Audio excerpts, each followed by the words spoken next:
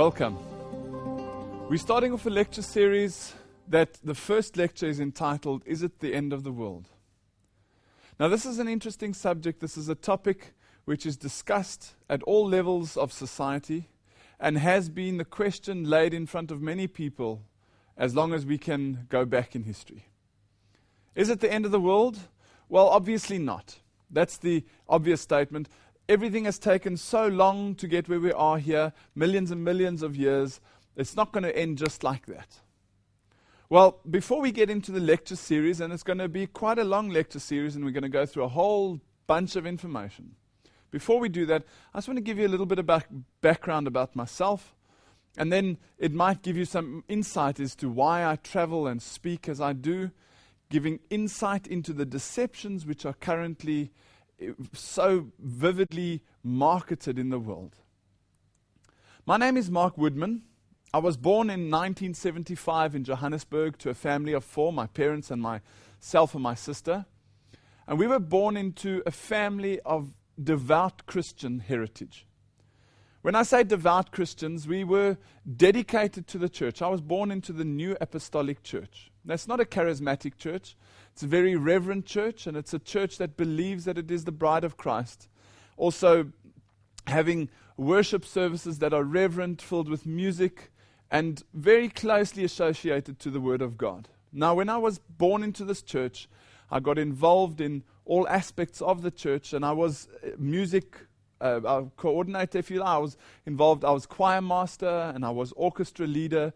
I was youth leader for a while. I was involved in all different types of it. I was a deacon, a subdeacon, and I was on my way to become a priest.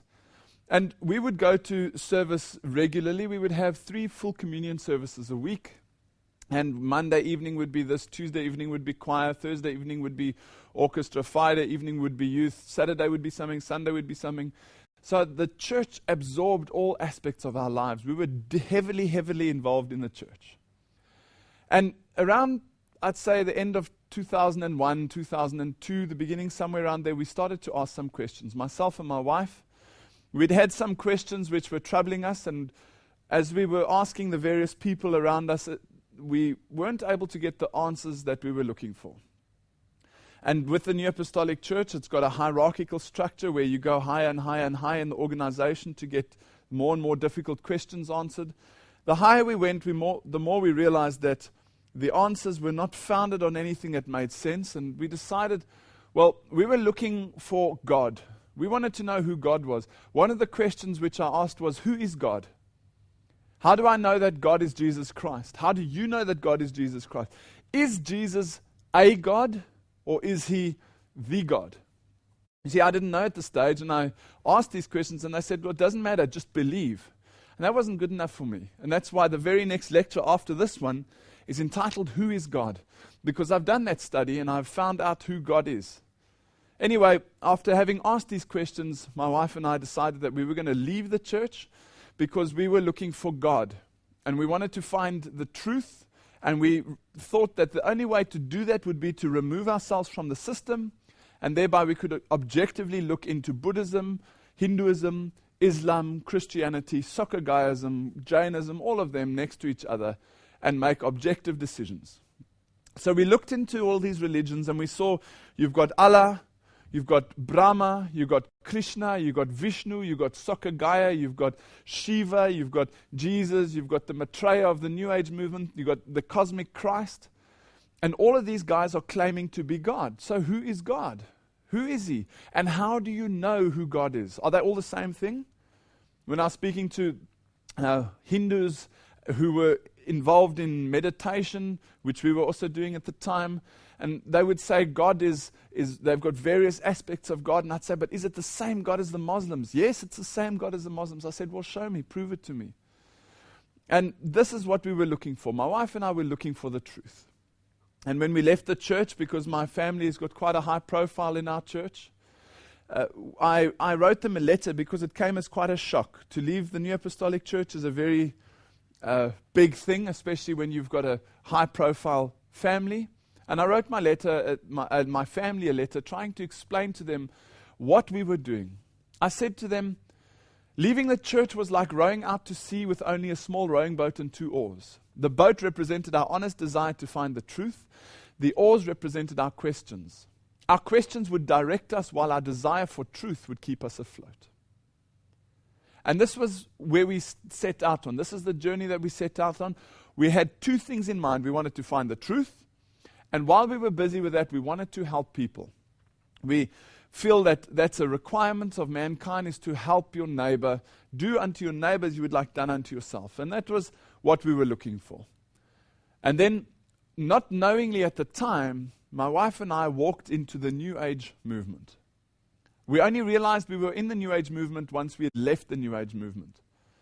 But we didn't realize that turning our back on the church, we were actually turning our back on Jesus Christ. Because for us, that was one and the same thing. But it's a very big difference between Jesus and his church, a huge difference which we understand today. But at the time when we turned our back on Christ, I said, on the church, I said, finished with all this Christ stuff, and we walked out. And we started on a journey of spiritual and mental enlightenment. We started on this journey of trying to find out more about what's known as the metaphysical realm. When I speak about metaphysical, I say we're born into a physical world. We are physical beings. You can feel we're physical beings. And the metaphysical side of it is this non-physical, spiritual, esoteric side. And that's what intrigued us because of the immortality of the soul that the New Apostolic Church believes in, that your soul doesn't go to heaven, it goes somewhere else. On the basis of this, I wanted to find out, where does the soul go and how does this work? And is there some interaction that we could have after death? Anyway, I started reading self-help books. That was my line of interest. I wanted to help myself to create wealth, success, and affluence and influence so that I could, the more money I had, the more I could give. That was the idea. That's one of the ideas given in the New Age movement, also on affluence. The more you have, the more you can give. So it's a selfish selflessness, if you like. Anyway, on this journey, my wife and I met many, amazingly, what's seen as enlightened people. These people are the gurus of the world. We were striving after wealth and influence and affluence. And on this journey, I decided I would go and study under the big names in the world. The big names like Anthony Robbins and John Kehoe from Mind Power, this person that's come up with this idea of being able to create your future through the power of your mind.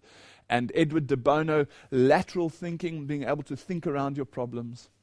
And I wrote this book, Personal Purpose, which was published and, self-published and then put into all the exclusive bookstores nationwide throughout South Africa. And I took this message of personal purpose into the world as the foundation of the belief system which I was then marketing, on how to find your life purpose and create this affluence for yourself. Not only physical affluence, but also just joy and this overall contentment in life which people seem to be lacking. And I believe that personal purpose was the answer. I went off and I spent time with people like John Kehoe. Here you can see an image of him as he greets the prisoners in South Africa. This is where we were working in the prisons.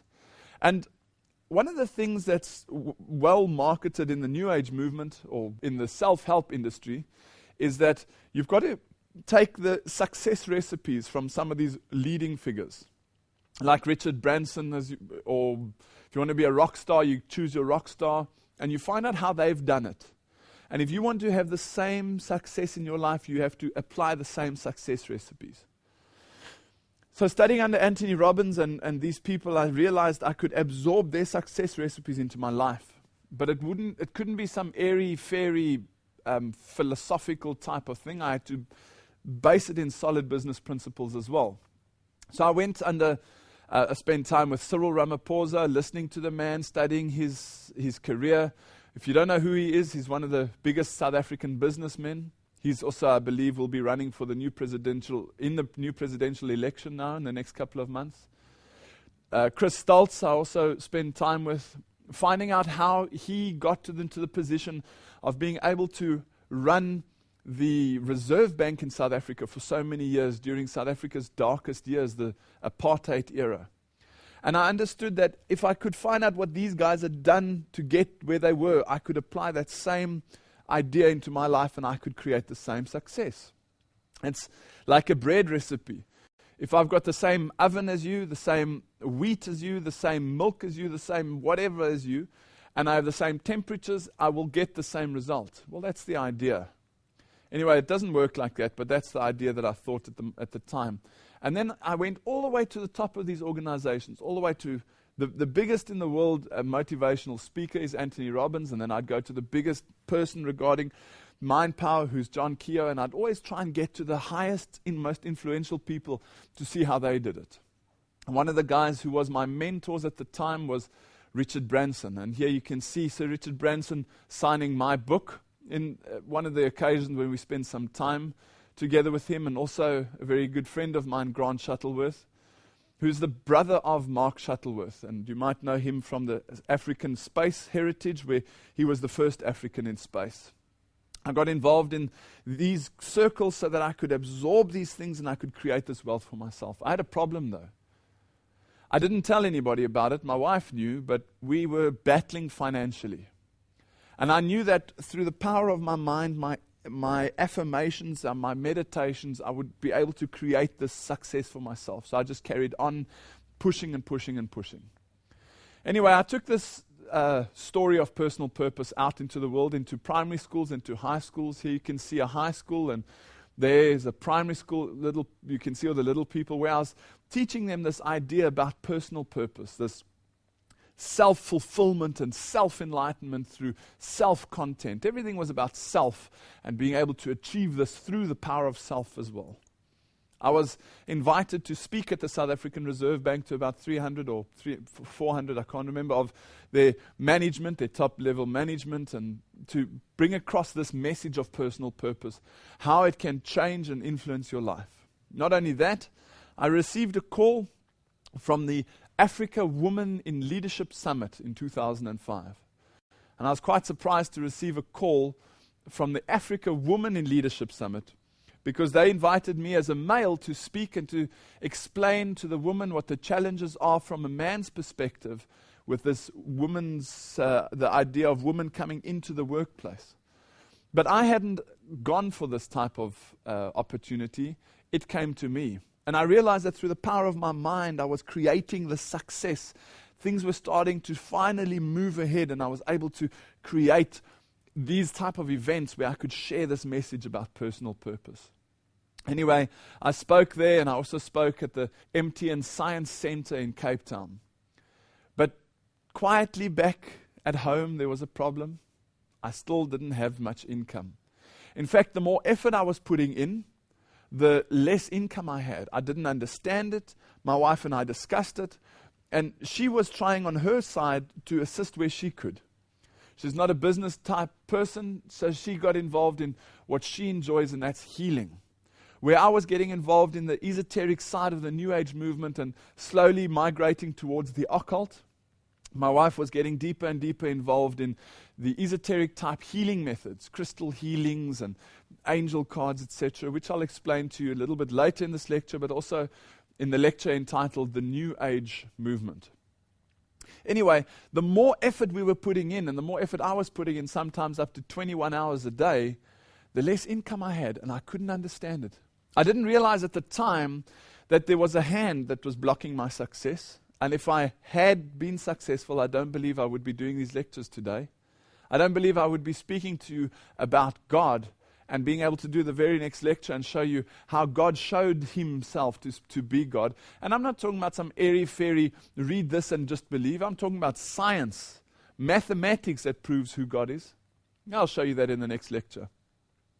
Anyway, I was doing everything right.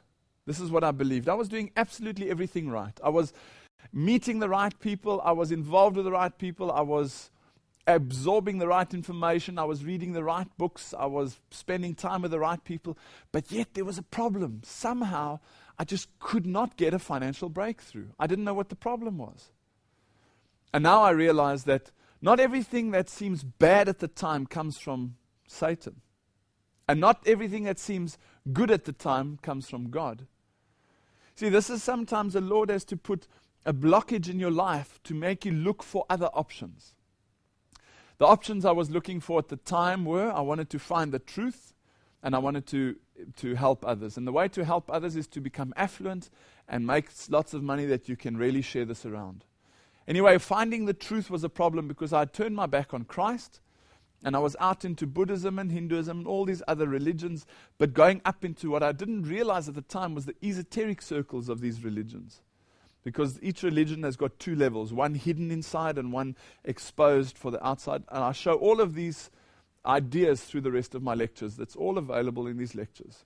Anyway, my wife got involved in crystal healing and energy healing, which is supposedly when you are able to channel healing energy through you to be able to release people from their illnesses. I didn't only do it on people, channeling that is, I also did it for animals. My wife and I were quite heavily involved in that, my wife more than myself, in crystal healings and energy healings.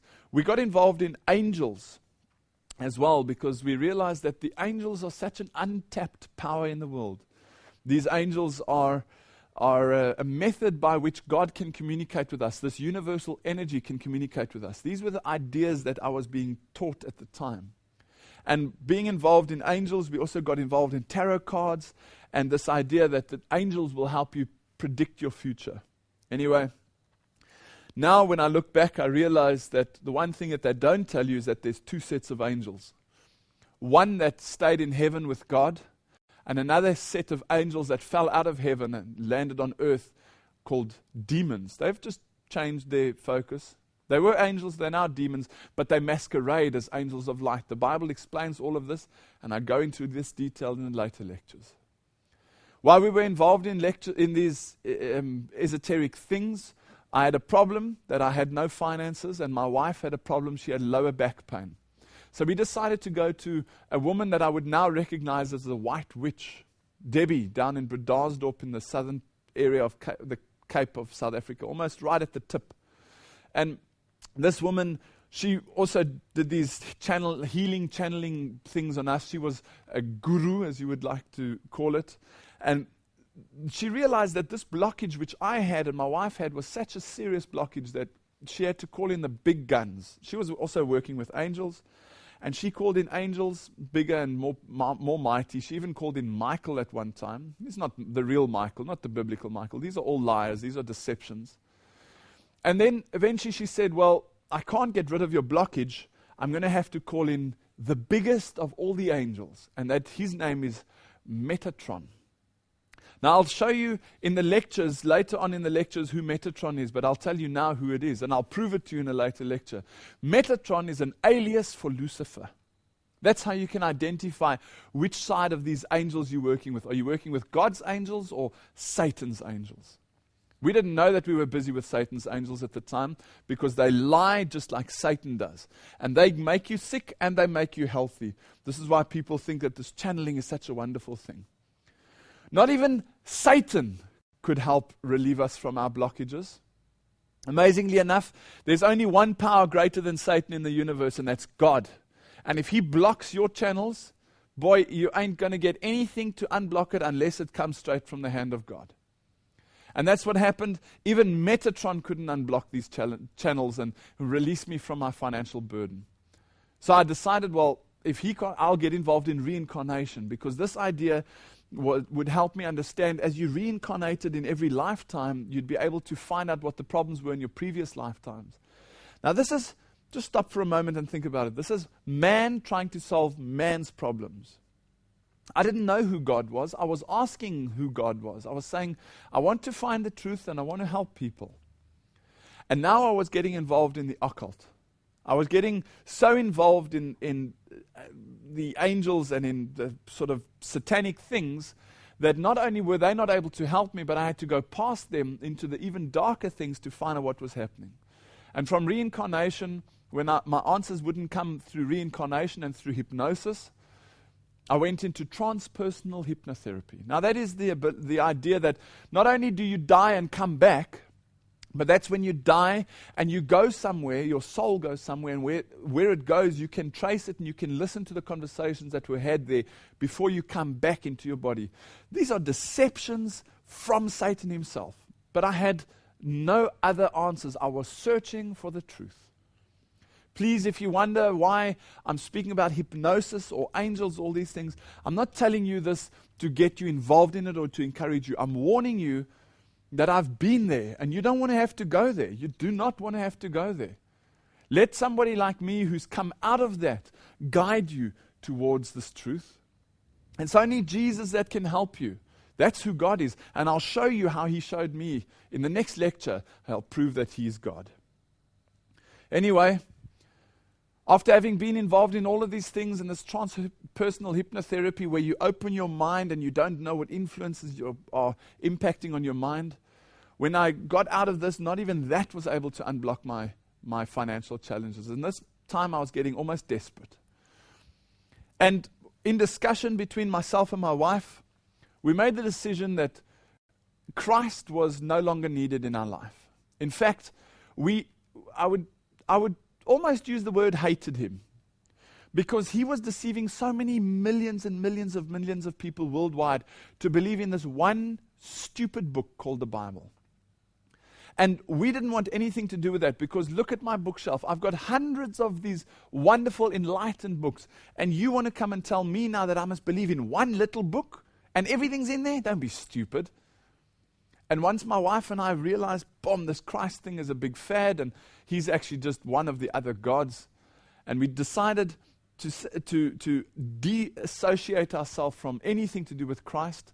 In fact, my wife and I were going to change our will, that if we were to die, neither my parents or my wife's parents were able to bury us out of any Christian church or association. That's how much we hated Christ. As we made that decision, boom, the doors went open. Not financially yet, but I was pushed into a corner with Nolene, who the South Africans would recognize as South Africa's Oprah. She runs a talk show on TV, national TV, called SABC3 Talk. And there I was pushed into a corner, and I started to discuss with her all these esoteric things and how the metaphysical world works and your personal purpose, etc., etc. And she got so excited about it, she took my book, which I gave her a copy of my book. And a couple of weeks later, she phoned me and she said, I want to do a whole show called Finding and Living Your Life Purpose. Would you please come and be one of the guests on our show? And I thought, wow, man, this mind power stuff really works. These affirmations, wow, they really, really work. Finally, I was starting to recognize that this channeling this energy into the future actually really works. Those of you that are involved in the New Age will hear my language, that I'm speaking very New Age language to speak to those that understand what I'm speaking about. Well, it's from there that God called us out. This deep deception of Satan, we were called out. Anyway, Nolene invited myself onto TV, and I went on TV. And as I was ushered on stage, as you can see from this image, I was put in the middle. Now, if you understand what that means, on television, nothing happens by chance. Everything's planned. So, sitting in the middle, you automatically realize that you are the man in the middle. You're the guy in charge. And I look to my right and I see, well, here's Marlon, a friend of mine he's a friend now. He's a Christian. And on my left is the lady that runs the Metaphysical Institute of South Africa. Now, you might not think that to be amazing, but from my perspective, I had created, through the power of my mind, this opportunity to be on stage. Just as it happens, I get lumbered with a stupid Christian. And I get together with somebody who's more enlightened than the Christian, who's involved in this non-physical, metaphysical world. And I realized, wow, I must be the bridge. I'm the gate between these people, these esoterics, and these Christians. I must build a bridge. That's my role. And I had created this opportunity through the power of my mind. Anyway, not only did I have a Christian next to me on stage, which was frustrating, the very first phone call I ever get on national television, guess who phones me? A Christian. And Michelle, she phones from Durban. She says, excuse me, Nolene, I don't quite understand all this purpose stuff that you guys are speaking about. She says, my Bible says that we are created in the image of the Creator, and we are created for the purpose of the pleasure of the Creator. And she quotes text after text after text after text. I thought to myself, wow, you are so deceived. My Bible says everything's my Bible. And I thought, man, I'm going to tear you to pieces. I thought all of this silently inside myself while outwardly having this composure. And then the camera panned across, so we went to an ad break, I can't remember. And I said, Nolene, I want to answer this one. Nolene, give me this one. And when we came back from the ad break or whatever happened, camera panned to Nolene and she said, Mark, you wanted to say something? And the camera came on me. I said, yes, I would like to answer Michelle. Michelle, think about this for a moment. And I just want to pull up the handbrake on this lecture, and I want to just tell you something. Sometimes the New Agers know more about the Bible than you know yourself. Sometimes they will be able to use your information to twist your information around so subtly that it'll confuse you right to the core. So I drop the handbrake now. I say, Michelle, just consider this for a moment. You say, my Bible says that we are created in the image of the Creator. I said, think about this for a moment. And I want to ask you this now as well if you're watching this DVD. If you are created in the image of a teacup, what would you be? Well, you'd be a teacup. So if you are created in the image of the Creator, what would you be?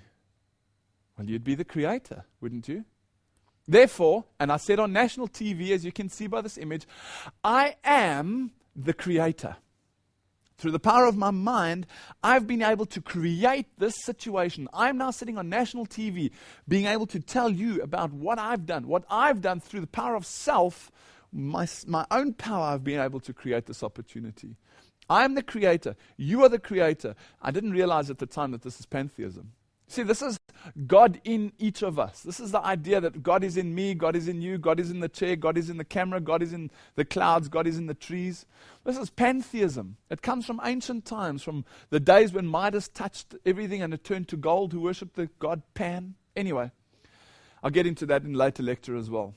Here on national TV, subtly I tell her I'm the Creator. And interestingly enough, I turned it around, I said to her, excuse me, just think about the Garden of Eden for a moment. And I'm asking you now to think about the Garden of Eden.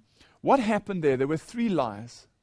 First, Satan said to Eve, did God really say that? Is he so horrible that he's not letting you eat of all the trees? Is he hiding something from you? So he creates doubt. The second thing Satan did in the Garden of Eden, he says, you won't die. God's lying to you. You won't die. And then he puts in a third lie. And that's when he twists the thing into his own direction. He says, not only will you not die, you'll become as gods. So on national TV, I said to her, are you sure you've read your Bible properly? 1, I created an insecurity.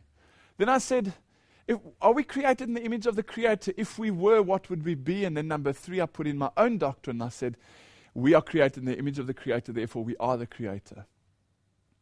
And I pray somehow that lady, Michelle from Durban, will be able to get these DVDs and be able to realize that the Lord has called me out of this deception. You see, even on national TV, where I had the arrogance to say that I was the Creator, when I went home, I still couldn't put petrol in my car. The more effort I was putting in, the less income I had. There was a blockage in my life that not even Metatron himself could release. Something was going on. And yet, as I was battling with this, how do I overcome this problem, and discussing it with my wife, and she's helping with crystal healings and trying to unblock my channels, and we're asking the angels for help, and we're meditating and all these rubbish things. Yet, as all of this is going on and we're battling to find food at home, Career Success magazine launches this article. They say, who wants to be a millionaire? And then they refer to Mark WOODMAN. I laugh every time I see this thing.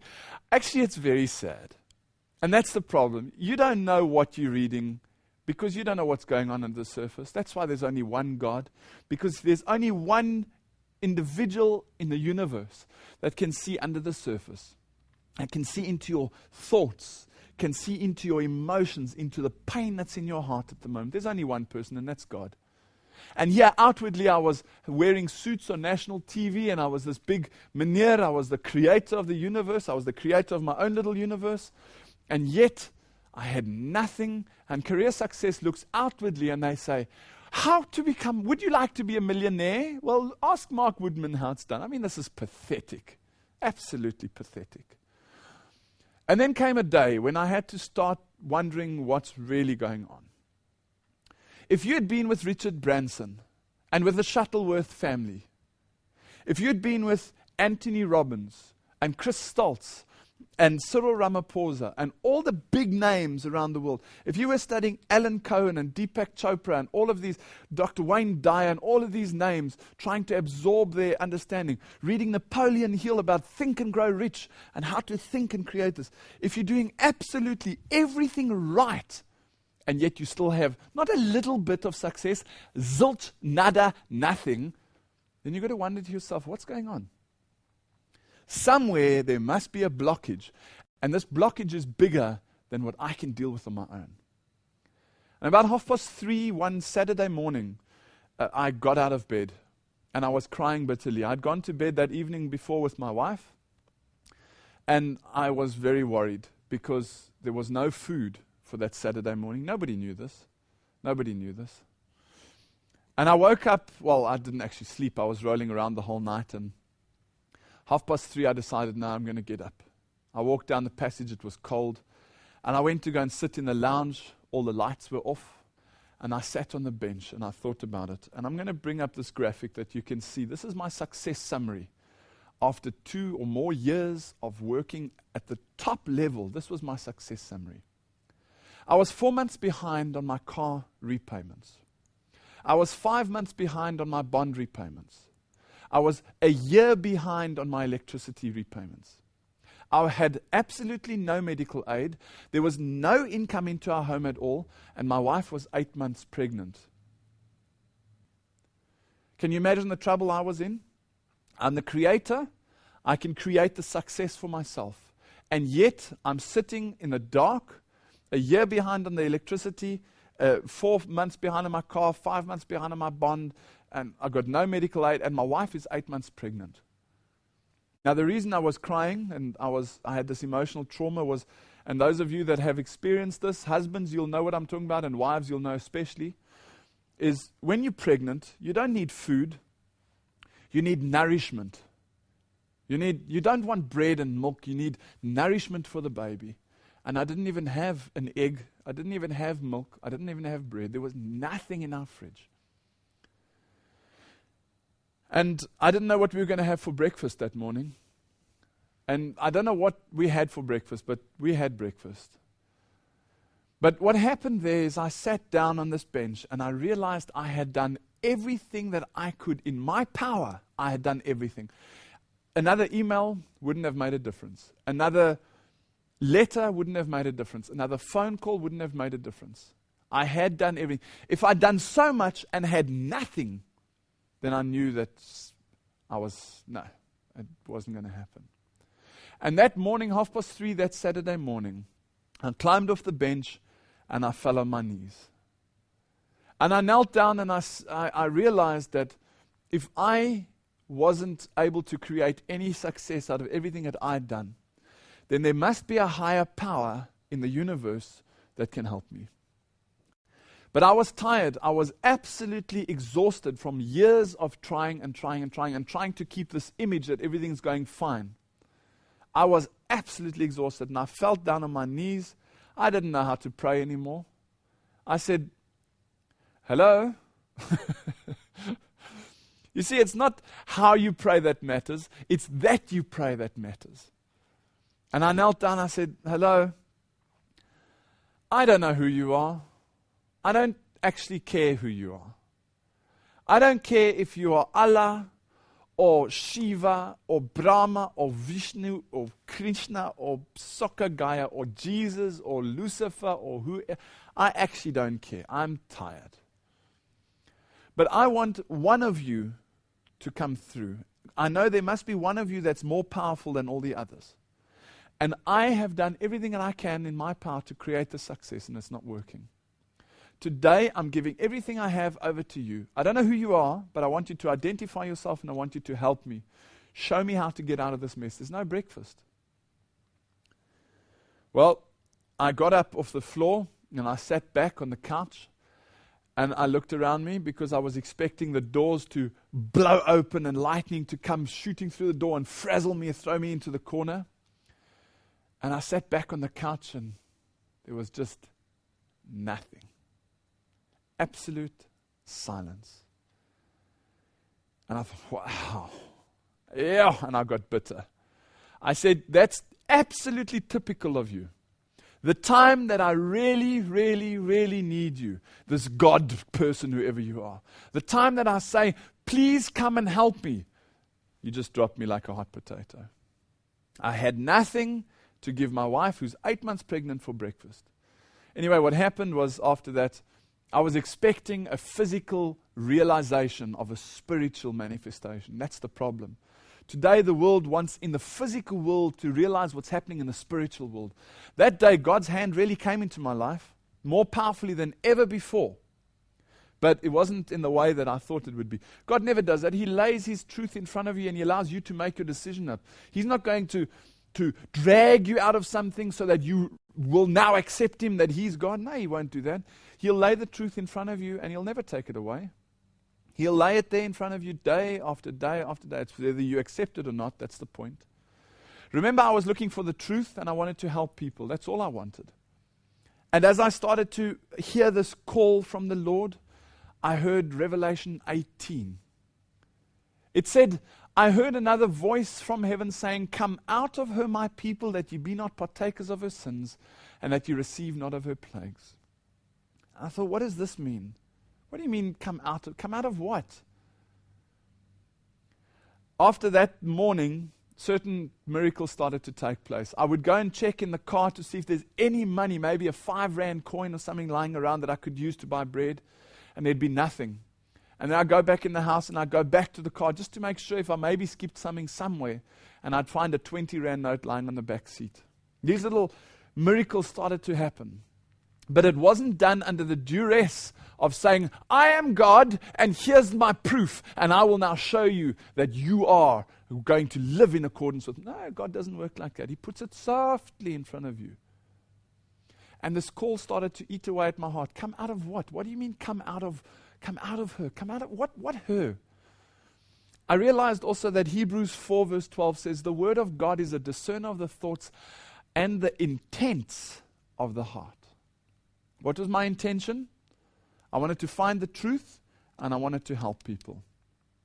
And here the Bible, this stupid book that I had now opened for the first time after having used it as a car jack, I opened it and I read that God knows my thoughts. Can you imagine if He knew what I was thinking? Not only that, He knows the intents. Does He know that I want to do good? Wow, that's amazing. And then I read what Psalm 94 verse 11 says. It says, the Lord knoweth the thoughts of man. Wow, so He knows what's going on. And I started to study this, and I went through DVDs, just like the ones that you have got in front of you at the moment. I went through, somebody had given me a set of these DVDs, which I'd taken because he was a Christian. I took it for his sake, not to offend him, and I put them at the back. And in these DVDs was the truth which I'm laying out in this next 21 lectures. I'm going to lay out for you the same, but on a different angle, these truths which brought me out of this. Come out of her, my people, it says, this calling out of deception. You see, there's a problem in the world at the moment. There's a silent war on which is so well planned and so well executed that hardly anyone knows it's happening. It's a war on deception. It's a war that continues the war that started in heaven. Many people don't even know that there was war in heaven. Can you imagine war in heaven? Heaven is a beautiful place. Well, it wasn't. There was war in heaven. Read with me what it says. It says in Revelation 7 verse 7 to 9. And there was war in heaven. Michael and his angels fought against the dragon, and the dragon fought and his angels. And the great dragon was cast out, that old serpent called the devil and Satan, which deceiveth the whole world. He was cast out into the earth, and his angels were cast out with him. What? You mean there's angels that are making as if they're... Because it says he deceiveth the whole world. So I don't know if I'm dealing with the right set of angels. And I spoke to my wife, I said, oh, you've got to stop this angel stuff. Until we know which angels we're dealing with, we've got to stop this. And I read about Michael fighting with his angels against the dragon. And who's Michael? And then I realized Michael, the word Michael means he who is what God is, the archangel, the messenger from on high, the only one that can fight Satan for the control of Moses' body. Who's the only one in the universe that can fight for control over a body is Jesus Christ. Michael being he who is what God is. Michael, Jesus fighting against the dragon, and his dragon, the angels fighting, and boom, they fall out of heaven. And now this war continues on earth today, but it's a war of deception. And this war is so disgusting that today, just take as an example an ATM, an automatic teller machine where you go and draw money. You walk to the ATM, it looks like an ATM, you press the buttons, it sounds like an ATM, it feels like an ATM, everything looks right. You put your money, your card in, and when you want to withdraw your money, boom, you get taken. That's deception. And when people say to me, I'm not deceived, I say, well, that's exactly how deceived people think. That's how I didn't know I was deceived. You see, you don't know you're asleep until you wake up. You don't know, when you go to sleep after watching this DVD tonight, when you go to sleep, you won't know that you were asleep until you wake up. If it's 1 o'clock in the morning, then you say, oh, I fell asleep. Otherwise, you would never have a fatigue, an accident on a car because of fatigue, because the people would say, oh, I'm going to fall asleep. You don't know when you fall asleep. That's the problem with deception. You don't know when you're deceived until you come out of deception. And it's the media that is being used to destroy and to disseminate the lies into all mankind. Satan is trying to destroy the accuracy of the Bible. I remember reading this article from Guardian Unlimited where they say Jesus, he wasn't walking on water, he was walking on thin ice. This has now been proven supposedly. The scientists have proven that Jesus isn't really God. He couldn't walk on water, it was actually thin ice. Interesting that he was walking barefoot though. Must have been a bit cold. Fox News tells us that Jesus wasn't really God because Jesus had to ask Judas to betray him in order to fulfill prophecy. So he really wasn't truly God. Not only that, the Da Vinci Code, we've all heard about this Da Vinci Code. It says, well, Jesus wasn't really God because he had children with a prostitute. And those children are today the kings and the queens of the world, what's called the Merovingian bloodline, the bloodline of the monarchy. And then this other one that says, this creator isn't really the creator. He doesn't go boom and it exists. We've evolved from the apes. And this graphic down here is great-great-great-great-great-grandfather. See, this is the problem. My question was, because as the New Apostolic Church, we believed in evolution. We even had a statement saying that evolution fits into the creation story. Well, I've got a whole lecture on the creation versus evolution. It's called Sun versus Sun, the evolution debate. Have a look at it and then you'll see what I mean. This is a war about deception. And if you can destroy the accuracy of the Bible, then you destroy the authority of the Bible. And that's what Satan's trying to do. If I can get people to question Genesis 1 verse 1. In the beginning, God created. No, in the beginning, that's not quite accurate. God used. If I can get them to question one area of the Bible. And I said to these theologians, I said to them, if Genesis 1 isn't accurate, then how do I know the virgin birth is valid? What about John the Baptist? Did he exist? Daniel in the lion's den? Noah's flood? How do I know what to believe and what not to believe? Did the apostles really do what they say they did? This is the problem. This is the problem. It's a war on accuracy, which is actually undermining the authority. And today, because of that, just like Zephaniah 3 verse 2 explains, the world doesn't obey, it doesn't receive correction, it doesn't trust, and it doesn't draw near to God. And Time magazine can put on this front of their cover, is God dead? They ask these questions, and today we just have to look back in history and see September 11th, this day that changed the world, a day that will be recognized forever as something cataclysmic that happened, which has forever changed the layout of how we see our fellow man. Not only that, we look around and we see new historic weather patterns that are taking place. We see Time magazine again saying the Bible and the apocalypse. Why more Americans are reading and talking about the end of the world. Here we go, the end of the world. Is it something real? Are we going to evolve into a new level of karma? Or is it really going to bomb? This can't be. Well, are we going to be going on a journey through these lectures? It's a 3-part journey. Firstly, I'm going to give you a biblical foundation, the first 4 lectures. Then I'm going to give you the background information, uncovering these deceptions, getting you to wake up. I'm going to walk over to your bed like you walk over to your child and say, wake up, wake up, wake up. We'll be doing that. And then we'll be taking all of this stuff and putting it in context. The first 4 lectures, biblical foundation. The next set of lectures, right up to number 17, is uncovering the background deceptions. And 18 to 22 is landing back on the Word of God and saying, right, how does all of this stuff that we've now recognized, how do we put it all into place? The question is it the end of the world? Does that thought or that idea even exist? We'll be continuing this and discussing it in part 2.